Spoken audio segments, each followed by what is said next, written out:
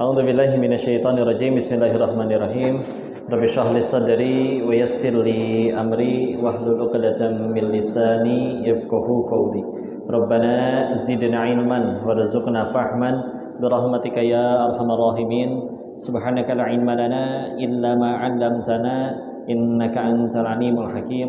Allahumma inna nas'aluka ilman nafi'an wa rizqan thayyiban wa amalan mutaqabbalan. Amin ya rabbal alamin. Bismillahirrahmanirrahim. Assalamualaikum warahmatullahi wabarakatuh. Alhamdulillahi rabbil alamin. Alhamdulillahilladzi anzala sakinata fi qulubil mu'minin liyazdadu imanan ma'a imanihim. Segala puji hanya kepada Allah atas nikmat dan karunia-Nya kita bisa berkumpul di masjid ini di tempat yang baik, dalam kegiatan yang juga baik, bersama orang-orang baik juga insyaallah. Semoga jadi wasilah kita pulang dalam keadaan baik, husnul khatimah. Dan selawat salam semoga selalu tercurah pada junjungan kita baginda Rasulullah Muhammad sallallahu alaihi wasallam beserta para keluarganya, sahabatnya, dan semoga Allah sanggupkan kita istiqomah dalam meniti sunnah-sunnahnya insyaallah. Salam takzim kami kepada seluruh jamaah yang hadir, wabil khusus para pengurus. Semoga kita bisa jadi pahala jariah bagi beliau-beliau yang jadi wasilah diadakan majelis ini. Dan yang paling penting bersatu, karena ini kita pengen ngebahas saudara kita yang di Palestina. Karena kalau kita langsung nyambung ke bahasannya, satu-satunya kondisi di mana Palestina nggak bisa diambil adalah memang ketika nyatu kitanya teh, ya.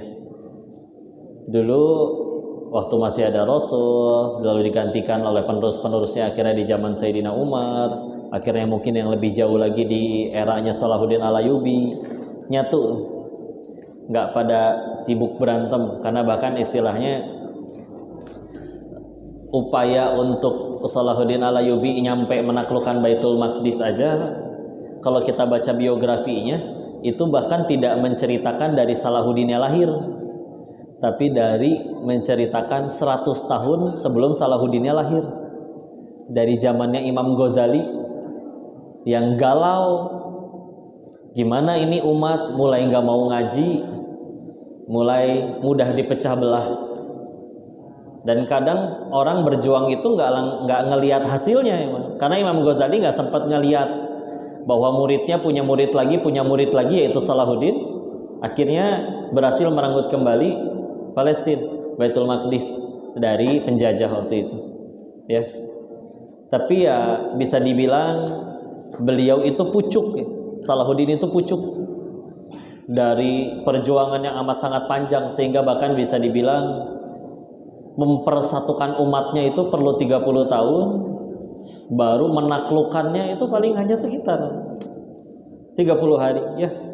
Bahkan lebih singkat penaklukannya daripada mempersatukannya itu dulu, ya.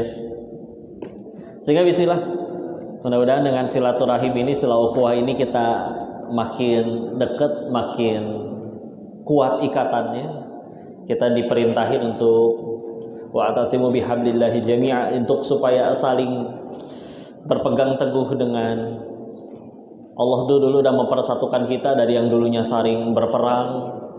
Dari zamannya Nabi juga gampang senggol bacok, akhirnya sekarang menyatu di bawah panji Islam.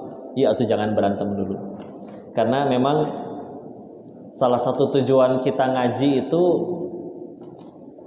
selalu ingat nasihat guru, adalah untuk makin tahu kelemahan atau kekurangan diri sendiri. Bukannya makin jago nyari kesalahan atau kekurangan orang. Kalau setelah makin jago ngaji, cenah makin katanya makin sering ngaji, makin banyak ilmunya, tapi makin jago menghakimi saudara-saudaranya, yang kayak gitu tuh ahli bidah, yang kayak gitu tuh yang bakal ke neraka, yang kayak ya. Walaupun ya jadi benar kata wanita katanya, kadang laki-laki bawa datang 1000 kebaikan bisa hilang gara-gara satu kesalahan, ya.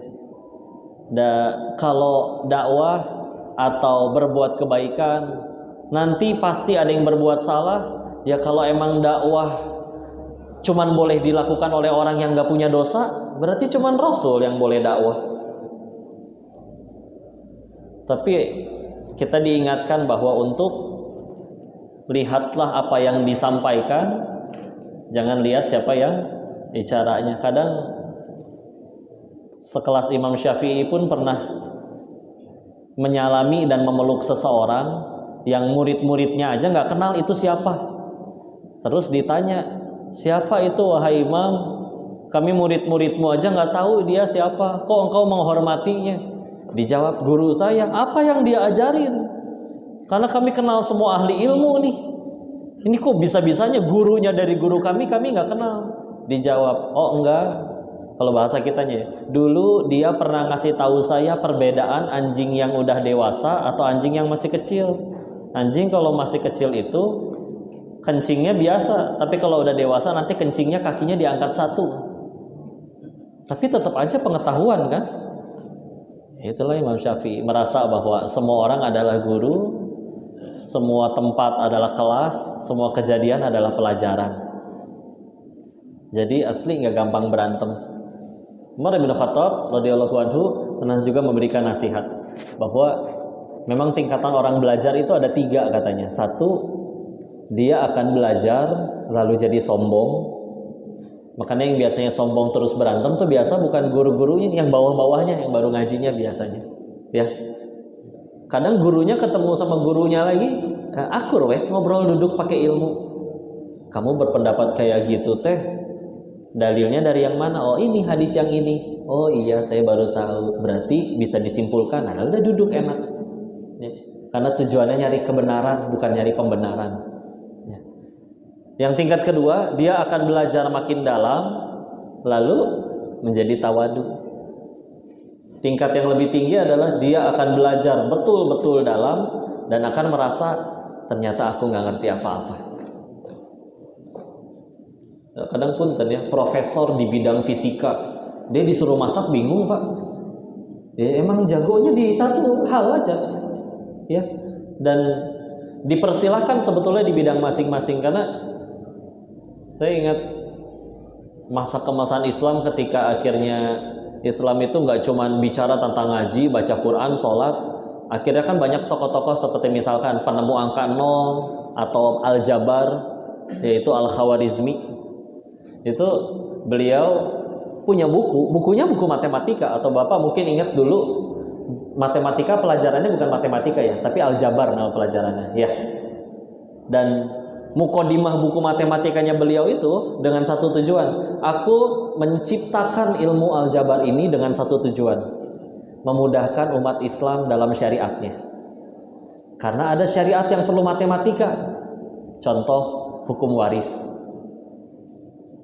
Hukum waris itu kan kalau misalkan laki-laki 2 kali lipat, anak perempuan 1. Jadi ibarat gini, warisan 90 juta, anaknya 2, 1 cewek 1 cowok. Yang laki dapat berapa? 60 juta. Yang perempuan dapat 30 juta. Begitu. Itu anak kedua pak, gampang ngitungnya. Itu kalau dinotasikan pakai aljabar enak banget. 2x tambah x sama dengan 90. 3x sama dengan 90. X sama dengan 90 bagi 3. Berarti x-nya adalah 30. Tinggal dihitung nanti berapa jumlah anak. Nah itu 2 enak gampang hitung. Coba anaknya 18. Kalau nggak pakai aljabar pusing nggak? Coba. Sehingga ini juga menunjukkan silakan kalian mau ngapain aja. Karena sahabat juga dibilang pengen ikut Nabi terus pasti pengen, tapi enggak tuh. Ada yang disuruh ke medan perang, Khalid bin Walid. Ada yang disuruh nguasain bisnis, Abdurrahman bin Auf. Ya. Tapi silakan apapun bidangnya dia pasti akan berupaya kebaikan untuk agamanya. Boro-boro kepikiran berantem sama saudaranya sendiri, ya. Ahli matematika aja bikin ilmu matematika untuk bantu syariat. Kepikirannya kayak begitu semuanya. Ya. Bahkan waktu Abu Bakar As-Siddiq radhiyallahu anhu menggantikan Rasulullah Muhammad SAW jadi pemimpin, waktu Abu Bakarnya masih ada kan Sayyidina Umar tuh dapat amanah pertamanya, jabatannya sebetulnya adalah hakim, jadi kodi, ya. Jadi jaksa ya, kalau sekarang teh hakim nentuin hukum, orang datang pengadilan nih nentuin siapa yang salah.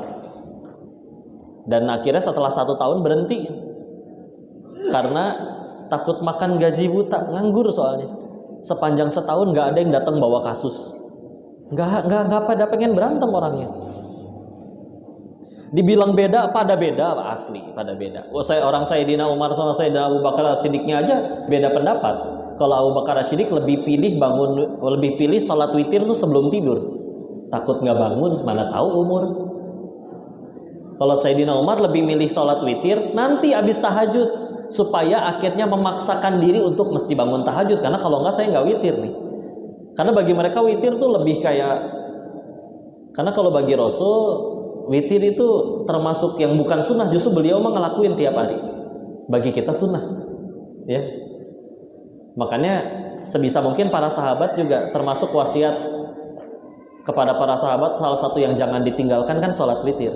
Mereka beda pendapat, nggak pada berantem. Atau yang lebih kenceng lagi perbedaan pendapatnya, sepupu Nabi Ibnu Abbas. Ini juga manusia luar biasa, kenal nabinya umur 8 sampai 12 tahun, berarti kelas 2 SD sampai kelas 6 SD. Tapi selepas Nabi wafat, beliau manusia yang paling paham Al-Quran, paling ngerti tafsir. Didoain Nabi, Allahumma faqihu fid din wa alimhu ta'wil. Sepupu Nabi ini. Terus beda pendapat dengan Zaid bin Thabit, orang yang paling paham hukum waris. Ini dua-duanya beda pendapat sampai berani bermubahalah. Mubahalah pernah dengar Pak? Mubahalah itu nanti mereka bersumpah di hadapan Ka'bah, ngajak anak dan istrinya, yang barang siapa berdusta berdoa agar Allah menurunkan azab dan laknat bagi mereka sekeluarga. Ini dua-duanya berani kayak begitu, saking yakin yang benar saya. Yang satu paling paham tafsir, yang satu paling ngerti hukum waris, tapi beda pendapat. Ya. Dan apa yang terjadi ketika mereka ketemu? Suatu ketika diriwayatkan Ibnu Abbas baru datang ke tempat pertemuan, Zaid bin Sabitnya baru keluar. Maka melihat Zaid baru keluar, Ibnu Abbas ngambilin untanya, dianterin ke Zaidnya. Ibarat kalau zaman sekarang, Ibnu Abbasnya langsung ke parkiran, ngambilin mobilnya, dianterin ke depan lobi. Kata Zaidnya, kenapa engkau melakukan itu? Kata Ibnu Abbasnya, beginilah kami diajari cara untuk memperlakukan ulama kami. Langsung Zaidnya nggak mau diam saja. Maka berikanlah tanganmu. Dikasih, tangannya langsung diambil, dicium sama Zaid. Kaget Ibnu Abbas, karena secara usia juga lebih muda. Kenapa engkau mencium tanganku? Beginilah cara kami diajari memperlakukan ahlul bait Nabi kami. Ini dua-duanya berani sumpah di hadapan Ka'bah, kalau siapa yang salah, kita sekeluarga diazab dan dilaknat Allah. Tapi ketemu kayak begitu. Karena mereka tuh kalaupun beda pendapat, tujuannya sama, kebaikan bagi umat. Bukan pengen bener-beneran saya lebih pintar tahu, saya ngajinya lebih lama. Enggak ada urusan.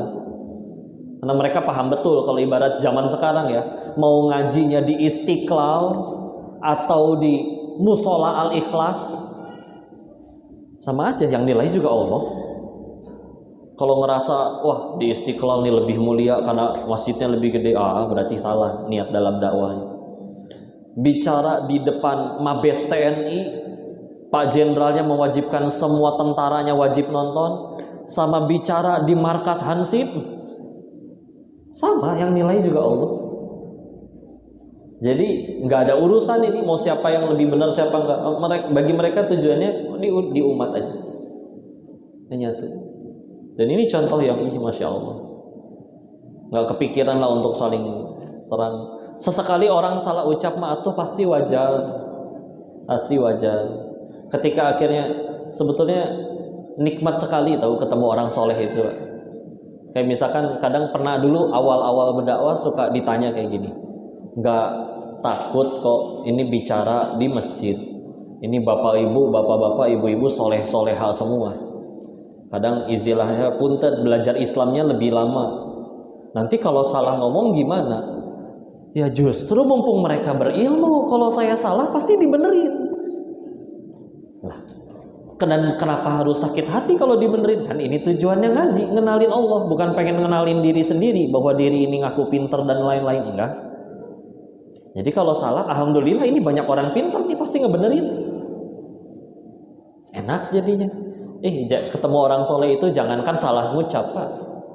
Ketemu orang soleh itu kita datang bawa dosa, malah disayang. Sini sama-sama jadi baik. Kita juga sama-sama pernah berbuat salah. Siapa orang nggak pernah bikin dosa? Coba sob. Ya. Karena jadi kalau misalkan nanti kadang teteh-teteh ini yang mbak-mbak kakak-kakaknya kadang ketika awal-awal ngaji suka ada aja ucapan nyinyir Allah ngaji. Biasanya juga joget TikTok gitu ya. Dasar soalim, soleha, jawab mbak. Kak, ya ngaji itu bukan tanda orang soleha, tapi tanda pengen jadi soleha. Baru juga pengen. Berhasil nggak? Ya nggak tahu. Allah tolong ya jadi, Allah nggak tolong ya nggak bisa apa-apa. Namanya juga hamba. Yang saya tahu kalau Allah udah nggak suka sama kita, kita pasti udah mati waktu lagi maksiat. Gampang. Kenapa ini masih pada hidup semua? Pak, emang pada nggak punya dosa? Punya, yang ngomong aja banyak dosanya tapi nggak mati-mati. Bukan karena udah baik, Allahnya aja terlampau baik ngasih kesempatan. Karena kabar baiknya ternyata Allah itu nggak pernah benci pendosa, cuman benci dosa. Dan dosa mah bisa tobat, meskipun jangan digampang-gampangin. Tapi kan kita tahu sebelum nyawa nyampe kerongkongan masih ada kan kesempatan tobat.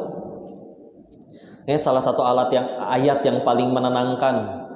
Waktu pulang dari Thailand dulu, berhenti dari kehidupan yang di sana, yaitu Quran surat 35, surat Fatir ayat 45. Pas pojok kiri atasnya sebelum Yasin. Kan ini ayat terakhir, tinggal satu ayat sebelum Yasin. A'udzubillahi minasyaitonirrajim. Walau yu'akhidullahu an-nas bima kasabu ma taraka 'ala dhahriha min dabbah. Surat 35 Fatir ayat 45. Kalau sekiranya manusia bikin dosa, hukumannya kontan hari itu juga seketika. Maka kata Allah, tidak akan tersisa makhluk bergerak yang bernyawa di muka bumi ini. Berarti kan artinya dua minimal. Satu, kita nggak ada yang luput dari dosa. Dua, dosa sekecil apapun ternyata kita tuh pantas mati, tahu Pak? Karena tadi kan kata ayatnya, tidak ada yang tersisa makhluk bergerak bernyawa di muka bumi ini. Kalau dosa dibalasnya kontan. Pertanyaannya ini masih rame ini, kenapa ini? Walakin yuakhiruhum ila ajalim musamma. Akan tetapi Allah akhirkan hingga waktu yang ditentukan. Jadi kalau misalkan ada yang di luar sana misalkan selingkuh belum ketahuan, korupsi belum ketahuan, bukan jago nyembunyiin, bukan. Allah masih kasih waktu aja udah. Nggak ada yang jago bohong, nggak ada. Allah mau buka, udah buka, ya mudah sekali. Nggak dibuka lagi kalau Allah pengen hinakan, gampang. Ya, maka karena Allah masih tentukan, demi Allah tidak ada hak bagi kita. Kalau ke diri sendiri ngelihatnya kayak gini, karena syaitan itu nggak suka kita tobat, maka dia akan ngelakuin berbagai macam cara biar kita nggak jadi tobat. Tapi ternyata kata Allah juga inna kaida syaitoni kana doifa. An-Nisa surat 4 ayat 76. Sesungguhnya tipu daya syaitan itu lemah. Kapan baru jadi kuat? Kalau diladenin. Kita ngaji kayak begini atau kita pengen tobat, setan nggak suka. Tapi kalau kita tetap pengen ambil wudhu, emang setan bisa apa kalau mau jujur? Tahu-tahu di tempat wudhu di sliding gitu, dicekek. Pas lagi ruku ditendang pantatnya dari belakang, nggak bisa beneran. Dia cuman bisa ngasih was-was, Allah gaya tobat, nanti gue maksiat lagi, munafik lo. Cuman ada was-was gitu doang. Atau enggak kadang sok-sok halus setannya. Dosa kita sebanyak ini, apakah bisa kita ini layak diampuni? Itu juga was-was syaitan. Karena berdasarkan ayat tadi surat 35 ayat 45, kalau Allah nggak suka sama kita, kita udah mati. Cuman kenapa masih hidup? Allah nungguin. Berarti kalau Allah emang masih ngasih kita kesempatan, ya berarti ya udah. tinggal kita mau nggak pakai kesempatannya buat jadi baik. Ya, tobat. Bisa. Ini ya, Bapak nyetel murotal Al-Quran di rumah 24 jam. Setan suka nggak? Enggak. Tapi dia mencet tombol matiin sendiri aja nggak bisa, Pak. Kan kaget juga, mati sendiri ini. Nggak bisa. Paling cuma ngasih was-was, bosen nih, ganti dong lagu ke. Kalau gua nggak mau gimana setan? Nah, apa dibanting murotalnya? Nggak bisa apa-apa. Itu maksudnya tipu daya setan itu lemah. Tapi kalau diladenin baru jadi kuat.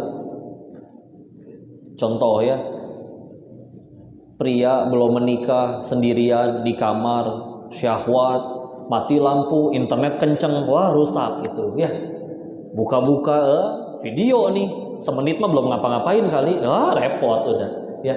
Tapi kalau langsung ditaro, nggak diladenin, taruh handphone, pergi keluar, main bola ke, jogging ke, bantuin tetangga pindah Pak kalau perlu Pak. Kok gimana kok nggak ada tetangga yang mau pindah? Bayarin kontrakannya Pak, yang pindah Pak, saya bayarin. Yang penting Bapak pindah. Maksudnya cari kesibukan ya. Pulang nyampe rumah capek tidur, sholat tidur, udah ganti hari itu selamat dari dosa. Nah, kalau diladenin baru repot. Istri ngambek sama suaminya, pergi nggak izin, reunian, ketemu mantan, CLBK tahu nggak? Ibu tahu CLBK Bu? Cepat lari bau kentut, bukan ya? Tahu-tahu tengah malam ada WA misterius, sopan. Assalamualaikum ukhti. Ya, udah kebaca. Itu pilihannya dua ya. Kalau nggak buaya hijrah, itu playboy syariah namanya ya. Alhamdulillah. Yang repot kalau diladenin, udah tahajud belum? Iya nih bang, aku juga lagi ruku. Kamu masih lucu ya seperti dulu. Mulai menggali kenangan ya, males. Gimana kalau kita besok makan siang? Udah repot. Tapi kalau dari awal assalamualaikum ukhti, blok langsung. Belum timbul, nggak ada perasaan apa-apa. Yang repot kan, makanya kan wala taqrabuz zina itu perintahnya jangan dekati, karena memang nanti manusia itu lemah. Ada satu titik di mana kita nggak akan sanggup menolaknya. Emangnya semuanya sekuat Nabi Yusuf, perempuan depan mata malah ditolak? Nggak sanggup. Makanya sebelum akhirnya kita sampai di titik nggak sanggup nolak, jangan deketin sama sekali. Tutup pintunya. Makanya wala taqrabu, jangan deketin. Ya. Dan ayat yang tadi juga berarti kalau ke orang lain, misalkan ngelihat, kok saya lihat dia maksiat tahu, nih bahkan saya rekam, nih coba lihat. Tinggal kita tanya aja. Yang lagi maksiat itu sekarang masih hidup nggak? Masih sih, malah tambah gemuk. Oh ya udah, berarti yang punya langit dan bumi aja masih kasih dia kesempatan. Apa hak kita ngehakimin dia? Yang kayak gitu tuh yang pasti ke neraka. Yang kayak gitu, yang ngomong aja belum tentu selamat. Jadi udah tenang aja itu. Kita nggak pernah disuruh jadi hakim. Kita bahkan nggak pernah disuruh ngubah orang lain. Karena serius, dakwah itu baru jadi berat kalau kita mewajibkan kita harus bisa nyolehin orang lain. Duh, gimana nih kajian nih di Pelindo, ini kalau pulang-pulang orang yang nggak pada soleh gimana? Pasti berat. Tapi ini kayak begini nih, ngaji kayak begini. Ini dari sudut pandang yang bicara, kapan saya sukses? Bukan ketika rame atau banyak yang minta foto, tapi ketika niatnya ikhlas lillahi ta'ala. Tahu Dr. Zakir Naik Pak? Beliau meninggal gak akan ditanya berapa orang yang kamu mualafin, enggak. Mau seumur hidup beliau dakwah gak ada yang mualaf melalui beliau pun, selagi ikhlas lillahi ta'ala tetap jadi pahala di sisi Allah.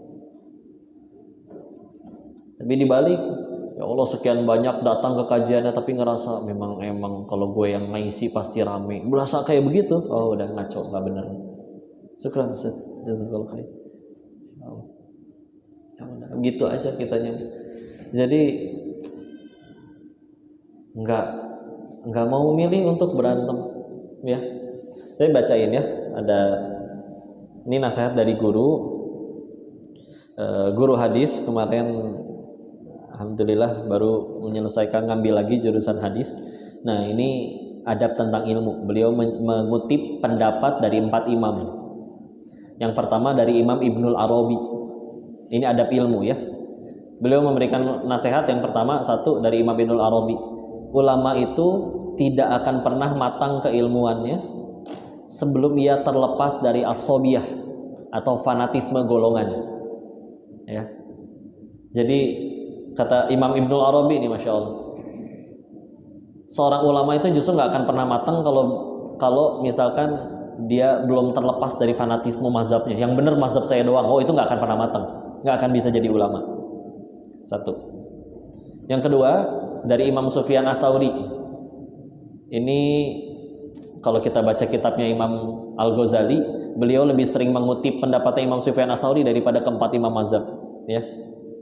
Imam Sufyan Ats-Tsauri menyebutkan, jika kamu melihat seseorang mengamalkan suatu amalan agama yang diperdebatkan, sedangkan kau sendiri punya pandangan berbeda, maka jangan kamu sekali-kali melarang dari melakukannya.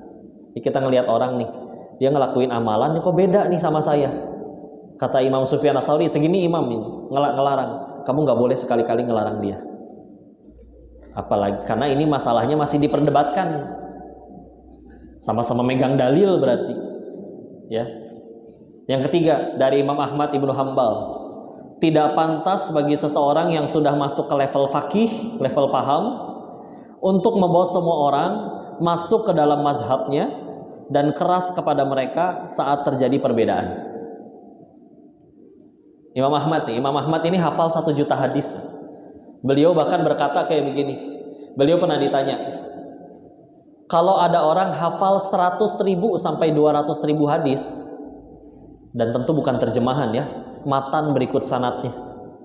Ya, sanad tuh berarti lengkap. Karena kalau misalkan dari Abu Hurairah mendengar Rasulullah berkata, itu nggak lengkap.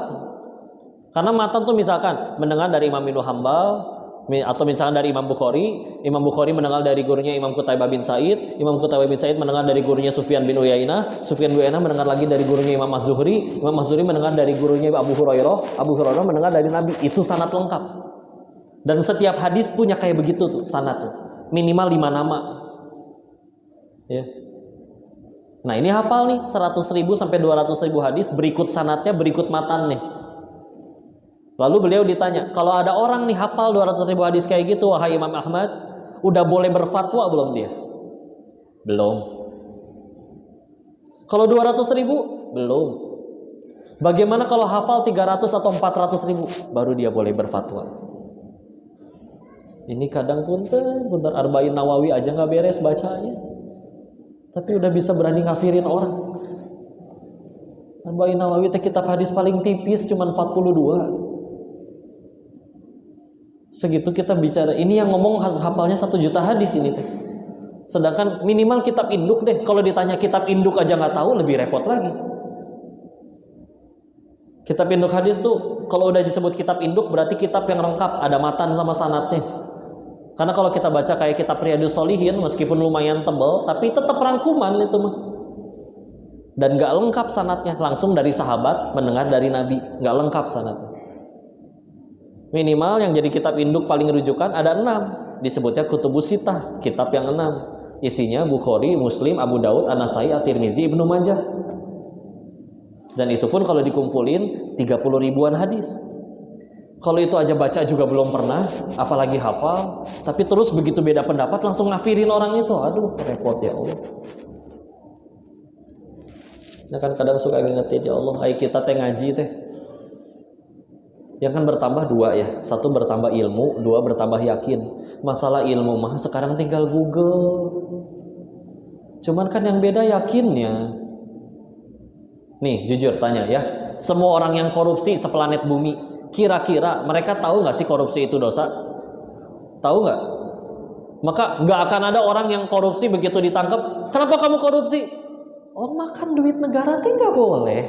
Ah, saya baru tahu, maaf deh, maaf. Nggak akan ada yang kayak begitu. Atau misalkan ada nggak orang yang selingkuh? Kira-kira dia tahu nggak selingkuh itu nggak boleh? Tahu nggak? Pasti tahu. Nggak akan ada suami digerebek sama istrinya lagi di hotel sama bini orang lain. Begitu ditangkap, kenapa kamu selingkuh? Oh, tidur sama istri orang tuh nggak boleh ya? Ih, saya baru tahu. Maaf deh, maaf. Nggak akan ada. Mereka udah pada tahu mana boleh, mana nggak boleh. Cuman yang beda kan di mana? Yakinnya. Karena nggak cukup yakin rezeki itu dijamin Allah, makanya berani nyolong, makanya berani main judi. Suami pelit sama istrinya mungkin tidak cukup yakin kalau ngasih ke istri itu bakal Allah tambah rezeki suaminya. Betul begitu ibu-ibu? Mau direkam buat pak suaminya? Dan kali ya. Jadi udahlah ini teh. Ini yang ngomong-ngomong nasihat kayak gini teh para imam gitu pada nggak berani, pada nggak mau berantem. Dan Imam Malik aja sampai di waktu zaman Imam Malik kan beliau tuh ditawari untuk menjadikan mazhabnya menjadi mazhab seantero negeri. Kan kadang bagi kita, ibarat pesantren nih, kita punya kurikulum sendiri, tahu-tahu presiden datang. Gimana kalau kurikulum kamu kami pakai satu untuk satu negara? Kan bagi pesantren itu kayak, berarti pendidikan gue nih paling benar gitu kan? Imam Malik nolak. Karena kenapa harus mazhab saya? Saya kan bisa salah, gitu katanya. Terus kalau ternyata saya salah, terus ada pendapat yang lebih benar yang tetap diambil pendapat saya, masa saya yang diambil mazhabnya untuk jadi mazhab negara? Gak mau, jangan.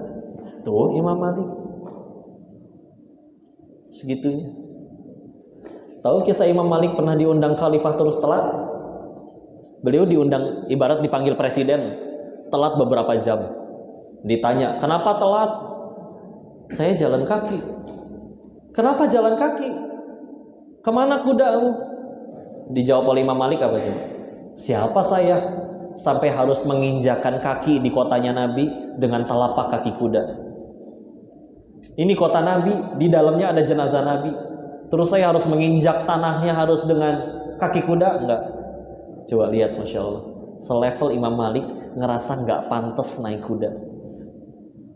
Kadang-kadang punten kalau ada yang ceramah terus dijemputnya, saya minimal tolong ya dijemputnya harus Alphard. Nanaonan gitu tegel ya. Selevel Imam Malik juga belum. Ada yang mau ngajak ngaji aja masih bagus. Kadang-kadang aduh. Ya kita lagi kena fitnah kayak gitu ya. Bisa-bisanya Imam Malik ngerasa dirinya nggak pantas naik kuda. Maka Masya Allah.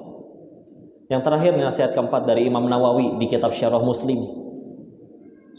Beliau menyebutkan tidak boleh bagi seorang mufti atau hakim syariah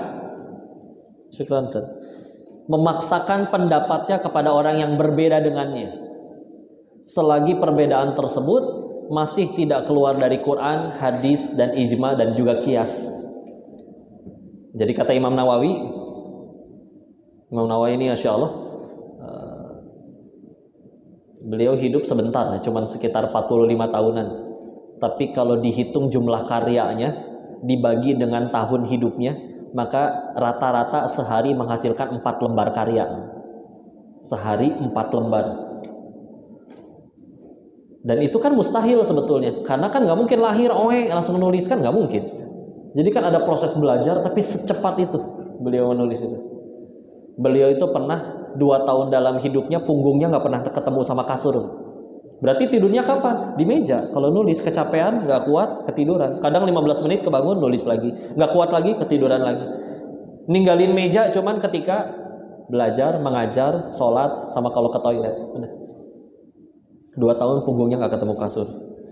Dari matahari terbit sampai tenggelam beliau ikut 12 kajian ilmu. Dari matahari tenggelam sampai terbit lagi beliau menuliskan ilmu. Sibuk sama ilmu. Dan selevel beliau menyebutkan tidak boleh bagi seorang mufti, ini udah jadi mufti nih, udah jadi hakim tertinggi dalam urusan syariat, karena mufti itu adalah orang yang berhak berfatwa. Selain mufti nggak boleh berfatwa. Ya, sekarang semuanya boleh berfatwa soalnya, bermodalkan lihat hadis di Instagram. Ya. Ya. Tidak boleh bagi seorang mufti memaksakan pendapatnya kepada orang yang berbeda dengannya. Apalagi perbedaan tersebut masih belum keluar dari Quran. Kunut nggak kunut, kan sama-sama ada hadisnya. Bahkan beliau nggak nyebut sekedar Quran, hadis, ijma, dan juga kias. Terus kalau yang berantem aja nggak ngerti ijma itu apa, kias itu apa, kan lebih repot lagi. Jangan pada berantem. Masa ya kita harus nunggu saudara kita ini tertumpah darah dulu baru mau baiat? Nih, ketika akhirnya tertumpah darah nih, kita mikirin nggak orang Palestina sholatnya kayak gimana? Apakah celananya cingkrang? Ataukah kalau tasyahud jarinya utek-utekan? Beliau kunut atau enggak di sana? Nggak ada yang peduli. Yang kita tahu mereka tertumpah darah, kita tolong. Walaupun cuma bisa sedekah atau boikot. Cuman kan masa iya harus tertumpah dulu darah baru kita bisa akur? Jangan pada berantem, sing akur. Kok tapi dia beneran salah? Ajak ngobrol traktir duaan, baiat, kasih tahu pelan-pelan. Ngapain di depan umum? Pengen nunjukin lebih pintar. Karena kita mengaji bukan pintar-pintaran, justru makin untuk nyari tahu apa kekurangan diri, apa kelemahan diri. Jadi, udahlah ya, sing damai, enak jadinya. Maka ya beginilah cara mereka menuntut ilmu, mengambil ilmu. Karena memang bahkan ya kadang kita juga salah memang. Tentang pendidikan aja kalau pengen jujur ya, Indonesia merdeka berapa tahun, Pak? 79 tahun, jujur. Udah berapa kali ganti kurikulum? Nah, alhamdulillah Islam 14 abad belum pernah ganti kurikulum. Ya. Dan ketika kita bicara, Bapak punya anak, Pak? Sekolah tidak? Ya, sekolah. Biar apa sekolah? Nah, pintar. Itu jawaban paling umum. Dan pintar itu bagus, tidak salah. Tapi punten, tujuan pendidikan dalam Islam kan ternyata bukan bikin pintar. Karena Pak, kalau sekedar bicaranya kepintaran, contoh, ada maling, bodoh. Malingnya pengen nangkep ayam, ayamnya nggak ketangkep, malah malingnya yang ketangkep. Bodoh berarti itu maling. Ya. Jadi lihat Pak, kalau ada orang jahat tapi bodoh Pak, dia pengen nyalakain ayam aja gagal, apalagi nyalakain orang. Tuh kalau maling bodoh, yang repot kan kalau malingnya pinter, yang nyolong sendirian, yang lapar jutaan rakyatnya, ini paling repot ya. Tapi dia pinter kok, pinternya dari mana? Dari kunci jawaban yang bisa dibeli, atau tiba-tiba dapat gelar doktor, atau misalkan tiba-tiba tahu-tahu ijazah juga bisa dibeli di Konoha mah, di Konoha ya, bukan di Indonesia ya. Sekarang mau udah ijazah beli, kunci jawaban bisa dibeli, tahu-tahu ngurus jutaan rakyat, kan repot. Berarti apa tujuan pendidikan dalam Islam? Ya udah balikin ke Quran. Contoh Quran surat 62 Al-Jumu'ah ayat kedua, A'udzubillahi minasyaitonirrajim. Bismillahirrahmanirrahim. Huwallazi ba'atsa fil ummiyina rasulan minhum yatlu 'alaihim ayatihi wa yuzakkihim. Dialah Allah yang menurunkan rasul dari kaum kalian sendiri yang ummi untuk membacakan ayat-ayatnya dan untuk menyucikan jiwa. Jadi nanti Bapak Ibu kalau nyari sekolah buat anak, lihat visi misi sekolahan. Kalau cuma sekedar mencerdaskan, kalau tulisannya menyucikan jiwa anak Bapak, itu beda, itu mantap itu ya. Serius, apa kita serius berpikir Rasulullah datang ke orang kafir Quraisy pengen bikin mereka pinter? Orang Quraisy pada pinter, orang Quraisy itu sampai Al-Quran yang nyebutin ila fihim rihlatash syita'i was-shaif. Ada kata rihlah. Rihlah itu suka diterjemahinnya jalan-jalan ya. Cuman pertanyaannya, apa bedanya jalan-jalannya kita sama jalan-jalannya orang Quraisy? Kita rihlah ngabisin duit, orang Quraisy rihlah jadi duit. Nah, itu bedanya, ya. Mereka pergi ke utara dagang ke negeri Syam jadi duit, cuan. Mereka pergi ke selatan ke negeri Yaman juga cuan, jago dagang. Al-Qur'an yang nyebut. Terus tahu-tahu Rasul pengen dakwain orang Quraisy, pengen bikin mereka pinter? Enggak, udah pada pinter. Tapi Rasul berdakwah untuk menyucikan jiwa. Atau kalau misalkan udah makin sering ngaji, makin kotor jiwanya, makin gampang ngerendahin orang lain. Itulah ngaji apa berarti sejauh ini? Kan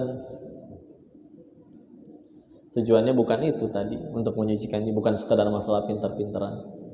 Ya. Kita sendiri kalau punya anak pinter, ganteng, tampan, cantik, viral, rupawan, tajir melintir, tapi ibu diperlakukan seperti film Azab Indosiar, mau bu? Enggak ya. Tapi misalkan ya Allah, anak saya nih kok ternyata matematikanya agak kurang ya, mari kita tes. Nah, 2 tambah 2 berapa nak? 5 bu, tuh kan. Tapi saya bangun subuh dia baru beres tahajud sama witir kok. Tapi saya minta tolong, dia nanyain bantuan. Ada yang bisa saya bantu bu? Saya lihat anak-anaknya teman saya mah berantem dulu kalau minta tolong ke anaknya. Anak-anak lain baru belajar alif batasa, ini anak ternyata lagi ngapalin juz 27 kok. Tuh coba tuh enak kayak gitu tuh. Bismillah tuh. Jadi ya, dan pasti kita punya pilihan ya. Ini saya senang kajiannya banyakan seri lah setidaknya. Karena biasanya kajian tuh banyakan ibu-ibunya ya. Nah ini asli banda bapak-bapaknya. Meskipun ibu-ibunya tambah banyak ya. Karena kadang kalau misalkan udah kadang kajiannya di sekolah, judulnya kajian parenting. Parenting kan orang tua. Ternyata ibu-ibunya lebih banyak. Saya berusaha husnuzon. Pak, ini satu suami bawa 3 istri atau gimana pak? Nggak terima ibu-ibunya. Terus bapak-bapaknya pada kemana? Nah ini seimbang ya. Nah karena seimbang punten kalau bapak-bapak agak kurang suka dibecandain, jadi ya udah. Dari tadi bahasannya agak lempeng. Kalau ibu-ibu semua baru dikasih kayak begini tadi ngantuk mereka ya. Tapi ya ini ada kisah ya, masya Allah. Kita tuh punya pilihan. Contoh ya. Oh ada ini kisah nyata. Ada bapak-bapak lagi bakar sampah, nemu ular. Ularnya sih diem aja, jadi dikira sudah mati. Jadi daripada nakut-nakutin orang, mendingan ularnya ikut dibakar. Jadi tapi pas dipegang ularnya ternyata hidup, ngigit, cetok, berdarah, refleks jatuh. Ularnya jatuh ke kobaran api. Itu masih sambil tangan masih berdarah, ngambil kayu panjang, berusaha nyelamatin ularnya si bapak itu. Maka yang di sekelilingnya heran, Pak, bapak habis digigit loh sama ular itu, kok diselamatin? Jawaban beliau kayak begini, ular ngigit kan nggak bisa milih. Namanya ular terancam yang ngigit. Nggak ada ular mau ngigit milih-milih dulu. Ini si bapak kayaknya banyak utang, mendingan saya patok. Enggak ya. Tetap aja, mau cewek, cowok, ganteng, cantik, tampan, kaya, miskin, megang ular ya gigit ya. Nah saya manusia, kan saya bisa milih mau berbuat apa. Masa saya berbuat baiknya harus didikte dulu oleh keadaan? Nah kalau misalkan kita ya Allah, difitnah balas fitnah, dicaci balas caci, disikut balas sikut, terus apa gunanya atau sekolah tinggi-tinggi kalau bisanya cuma niru keburukan orang? Fitnah buruk nggak pak? Buruk. Tapi udah tahu fitnah itu buruk, kita balas dengan keburukan yang sama. Repot ya. Nah, udahlah, bismillah. Sing damai, adem ayam bersatu. Kita tuh ketemu nggak ada yang kebetulan. Kan di Islam kan nggak diajarin ngomong kebetulan kan, tapi qadarullah ya. Jadi nggak, kebetulan ketemu, enggak, qadarullah aja ketemu di sini. Dan siapa yang beruntung dari mereka semua yang bisa jadiin apapun yang terjadi jadi jalan tambah dekat sama Allah. Nah, misalkan ya, ketemu orang seumuran sama-sama umur 40. Ketemu, ya Allah dia mah ternyata umur 40 teh belum bisa ngaji. Ada yang malah kesel, males lah nggak mau temenan sama dia. Ada yang begitu. Tapi ada yang mikirnya kayak begini, ya Allah ini saya ketemu dia, kenal sama dia, kan nggak mungkin kebetulan, Allah yang pertemuin. Tapi ternyata dia belum bisa ngaji, sedangkan Allah titipin ilmunya, tajwid, jadi ngerti cara baca Quran. Berarti gimana caranya saya menyikapi ini? Berarti Allah lagi nyediain saya ladang pahala ngajar ngaji nih, makanya dikenalin sama dia. Nah enak kan mikir. Kadang kan kita sibuk mikirin cuan di kitanya aja ya, sampai kadang kebalik, dicintai atau digunakan. Izin ya saya berkisah lagi ini kejadian nyata juga. Ya ada seorang bapak-bapak suka otomotif, kebelilah mobil sport ya, mobil bagus. Lagi sambil dia kadang suka dioprek-oprek ya, ngebuka-buka sendiri, pengen coba apanya diganti. Anaknya keluar ngambil batu, diambil, dicoret, marah kan, pukul. nggak nyadar yang tadi pegang teh kunci Inggris, meletup kena tangan teh. Saking sakitnya itu anak pingsan, nggak sadarkan diri. Nyampe rumah sakit, dibawa di ronsen, dokternya bilang, maaf Pak, tangan anak bapak udah nggak bisa dipakai lagi, remuk tulangnya. Atau digetok pakai kunci Inggris, tangan anak umur 3 tahun. Tapi anak kecil mah nggak punya dendam Pak, bangun juga sambil ngeliatin tangannya dibuntel gitu kan, Papa kapan tanganku tumbuh lagi gitu aja. Kesel, sedih, ngerasa menyesal, pulang, mobilnya sekarang dia hancurin, dipukulin, kacanya dipecahin, ditendangin. Pas nyampe di bagian yang dicoret-coret sama anaknya, ternyata anaknya nulis, aku sayang Papa. Jadi kita kadang ketuker. Harusnya benda itu digunakan, manusia itu kita cintai. Kadang kita lebih cintain benda daripada manusia. Manusia kita gunakan. Dia punya toko kue tuh, lumayan kalau majelis taklim nanti kan disponsorin. Tuh gitu tuh, digunain orang tuh. Nah kebalik, dah harusnya mah. Manusia kita cintai, benda kita gunakan. Baru kemarin pas lagi sambil jalan turun dari pesawat, baru mendarat tadi malam, nyampe ke Medan, ya orang pada ngobrol ya, kedengerannya ada yang lagi sambil terima telepon, lagi cerita tentang dia lagi berantem sama kakaknya, gara-gara dia minjem mobil kakaknya keserempet, jadi baret mobilnya, utuh mobilnya bisa jalan masih bisa, cuman baret segaris, berantem, ya Allah, mutusin silaturahmi sama saudara gara-gara kaleng dibaretin, mobil teh kaleng kan? Kaleng, fungsinya apa mobil? Nyampe, itu fungsinya. Karena kaleng dipakein karet, dipakein plastik, dipakein kaca, jadi mobil. Fungsinya nyampe. Berarti ya tujuannya nyampe. Berapa banyak orang Medan pada bisa tuh Pak ke Mekah Pak, padahal nggak pada punya pesawat. Ya karena yang penting nyampe. Coba Bapak punya pesawat masing-masing kan repot parkirnya, nggak muat di Pelindo juga ya. Jadi kadang ya Allah, udah tuh berantemin apa? Nih terakhir penutup. Kalau lagi ada yang pernah lihat bulan purnama, bulan lagi bulat-bulatnya cantik indah, pernah lihat? Pertanyaannya, ada nggak orang yang lihat bulan purnama dengki berantem? Pak, nggak boleh lihat bulan itu ya, cuman saya yang boleh lihat, awas kalau lihat. Ada yang berantem kayak begitu? Nggak ada ya. Kenapa nggak ada? 7 miliar penduduk dunia lihat bulan barengan, asli nggak akan berantem. Karena luas, semuanya kebagian, kayak gitu juga karunia Allah, luas. Beda kalau kita ngerebutin sesuatu yang sempit. Contoh dunia, udah mah dapatnya harus sikut-sikutan, bakbok, begitu bonyok juga belum tentu dapat. Ya, contoh, penduduk Indonesia 270 juta, yang boleh jadi presiden berapa orang? 1. Bayangin gimana berantemnya 270 juta orang memperebutkan satu tempat. Kemarin yang rebutan cuma 3 aja berantemnya se-Indonesia, tahu nggak? Ya. Tapi kalau misalkan bukan rebutan presiden, rebutannya surganya Allah, 270 jutanya bertakwa, semuanya bisa nggak ke surganya Allah? Bisa, muat, nggak akan sempit asli. Ya. Makanya kalau misalkan kita jelas-jelas tadinya baik-baik aja, saudara, tahu-tahu berantem, satu alasannya udah, pasti ada dunia nyelip di antara kita, udah. Karena ngerebutin sesuatu yang sempit ya, jadi berantem melulu.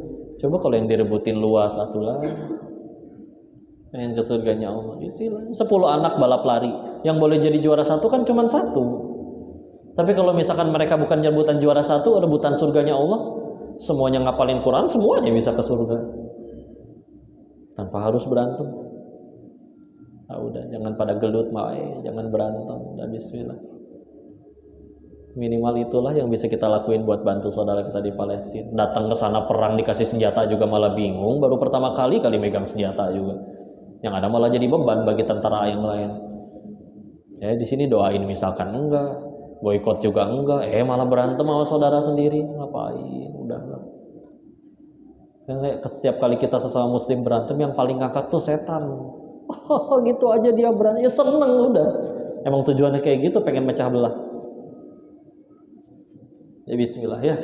Sing akur. Alhamdulillah, mudah-mudahan bisa silaturahmi lagi dengan teman-teman Pelindo dan semuanya. Dan mudah-mudahan kita tidak hanya dikumpulkan di sini tapi juga kelak dikumpulkan di surganya Allah insyaallah. Terima kasih semuanya. Ya izin ditutup dengan doa dulu ya. Kita tundukkan hati dan kepala kita sejenak. Silakan yang punya hajat disuarakan masing-masing. Allah pasti mendengarnya ya. A'udzubillahi minasyaitonirrajim. Bismillahirrahmanirrahim. Allahumma shalli ala sayyidina wa habibina wa syafiina wa maulana Muhammad wassallim radhiyallahu tabaraka ta'ala an kulli sahabati rasulillahi ajma'in. Bismillahirrahmanirrahim. Hamdan syakirin hamdan na'imin hamdan yuwafi ni'amahu wa yukafi mazidah. Ya Rabbana lakal hamdu kama yanbaghi li jalali wajhikal karim wa 'azimi sultanik. Allahumma shalli ala sayyidina Muhammad wa ala ali sayyidina Muhammad. Allahumma ighfir lil muslimina wal muslimat wal mu'minina wal mu'minat al ahya'i minhum wal amwat. Allahumma ighfir lana wa li walidina warhamhum kama rabbawna shighara. Ya muqallibal qulub tsabbit qulubana ala dinik. Allahumma a'inna ala dzikrika wa syukrika wa husni ibadatik. Ya Allah, berkahilah majelis ini ya Allah. Berkahi tempat kami bekerja ini ya Allah. Jadikan rezeki yang kami dapat di sini jadi keberkahan, tersalur menjadi kebaikan bagi anak-anak, bagi istri kami, bagi pasangan kami ya Allah. Berkahi apa yang kami lakukan di sini ya Allah. Usia kami, rezekinya, persahabatannya, lelahnya, jangan ada yang Engkau sia-siakan ya Allah. Dan izinkan ini menjadi amal soleh yang Engkau terima, karena kami kelak akan pulang ke hadapan-Mu mempertanggungjawabkan semua perbuatan kami ya Allah. Dan kami kumpul di majelis ini ya Allah, alhamdulillah dalam keadaan nyaman. Maka kami juga memohon ya Allah, selamatkan saudara-saudara kami di Palestina ya Allah. Hancurkan musuh-musuh Islam yang menzolimi, menjajah mereka ya Allah. Dan jadikan syahid dan husnul khatimah saudara-saudara kami yang harus wafat takdirnya di sana ya Allah. Kami iri dengan iman mereka ya Allah. Kami seringkali gelisah hanya gara-gara perkara rupiah, sedangkan mereka bersimbah darah hanya untuk menggapai jannah ya Allah. Ya Allah, anugerahkan kepada kami ya Allah, jika ada yang belum punya pasangan, anugerahkan pasangan yang solih solihah. Jika ada yang belum punya keturunan, anugerahkan keturunan yang solih solihah. Jaga rumah tangganya sakinah mawaddah warahmah. Rabbi habli minas solihin, Rabbi habli minas solihin, Rabbi habli minas solihin, Rabbi habli min ladunka dzurriyyatan thayyibatan innaka sami'ud du'a. Rabbi la tadharni fardan wa anta khairul warithin. Rabbi ja'alni muqimas shalah wa min dzurriyyati rabbana wa taqabbal du'a. Ya Allah, juga bahagiakan kedua orang tua kami ya Allah.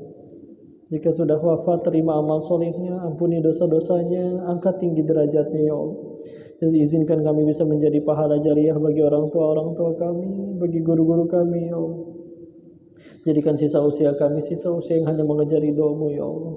Kami takut atas dosa kami dan hukumannya ya Allah. Tapi hanya kepada Engkau yang kami tahu punya kuasa untuk mengampuni segala dosa ya Allah.